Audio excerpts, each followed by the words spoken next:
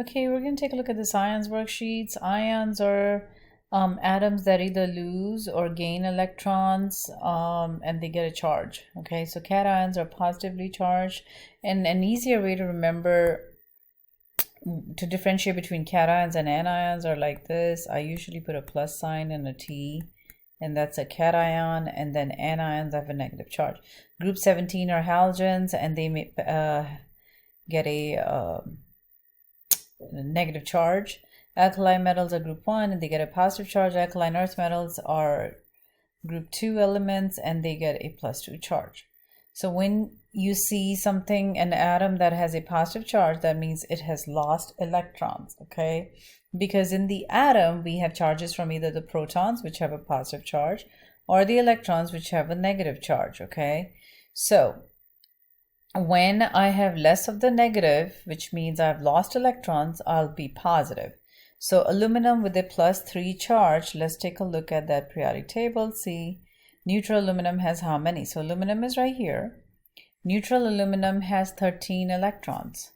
Or 13 protons. Remember, neutral, for a neutral atom, number of protons are equal to number of electrons. So I have 13 here. 13 is the atomic number. That is also equal to the protons, which will also be equal to the electrons. But with a +3 charge, it's lost 3, so it'll be 10. So I'll put B here. Fe +3, same thing. Fe. Iron usually has 26. Neutral iron has 26 protons, which is 26 electrons. When it's a +3 charge, you have lost 3. You have more of the positive. That means you've lost 3 electrons. So it will be 23, right? Because it was 26, so D. All right, so hopefully you can do this worksheet. Let's take a look at this. Protons, let's go back to the periodic table to find cobalt. Cobalt is right here. It's got 27, so I'm going to go ahead and put 27 here.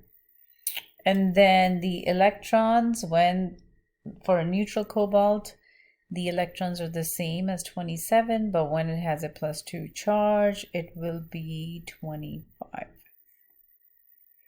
Now it has a +3 charge and it'll be 24. All right, so that's that. Let's keep going right here. For each of the following atomic number, to write the nuclear symbols for the simple ion, okay? So I gave you charges in class on the periodic table. The hydrogen, or the group 1 gets +1, group 2 gets +2. We're skipping the transition metals. We'll discuss those in the next unit, all right? So group 13 +3. The nitrogen group, we're going to put -3. Oxygen group -2, this -1, and 0 here. Okay, those are noble gases and they're very stable. Okay, they are stable. All right. And the reason these other atoms try to gain or lose is to become stable like the noble gases. Okay, so look right here. 53. Let's find our atomic number 53, which is right here. And that's iodine. So I'm going to go back and write down iodine. Okay, so when we're doing the nuclear symbol, look, the mass is 126.9. So you either round it up or you round it down. So I'll have to round it up to 127, and that's going to go here. And then the atomic number is 53, and that's going to go here. And that's how you do this. All right. Number 4 says, what is the charge for the ion with 12 protons? So that's the same as the atomic number. So let's see who's got 12. And that's Mg. So I'm going to go ahead and put Mg right here. Now it says it has 10 electrons. So we need to put the charge, okay? It's asking for the charge. So when you have more protons and less electrons, then it will be a positive charge, +2. All right. So for example, number 7, it says 33 protons. Let's find our element, see who is 33. 33 is arsenic. Let's put As right here. And then the electrons are 36. So a neutral arsenic would have 33 protons, but this has 36. That means it has 3 extra, so the charge will be -3. Okay. Let me keep scrolling here. Let's see what else we got. Now this one right here says how many protons, neutrons, and electrons are present in the nickel. All right, so this right here is the mass. Remember, mass is proton plus neutron. So if I need to find my neutrons, then I will do 59 minus, if I need to find the neutrons, the formula is mass minus proton.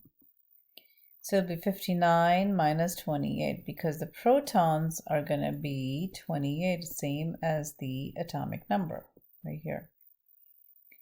And the electrons, because I have a +2 charge, I'll take 2 away from the 28, it'll be 26. So the neutrons will be 59 minus 28, and that is 31. And that's how you do this one. And then this right here, 14 says write the nuclear symbol, find your elements using 84. Remember, same as the atomic number. So right here, PO, polonium. I'm going to come here, I'm going to write down PO. 84 goes here. I'm given neutrons, so but when you do the nuclear symbol, you put the mass on the top left. So I need to make the mass, and the mass once again will be proton plus neutron. 84 plus 125, and that is 209. So I'll put 209 here, okay? All right, and then electrons are 80. So once again, when my electrons are less, I have more of the positive, so it'll be +4. And that's how an atom stays together with the balance of the charges, positive from the protons and negative from the electron. I hope this was helpful. All right, thank you for watching it.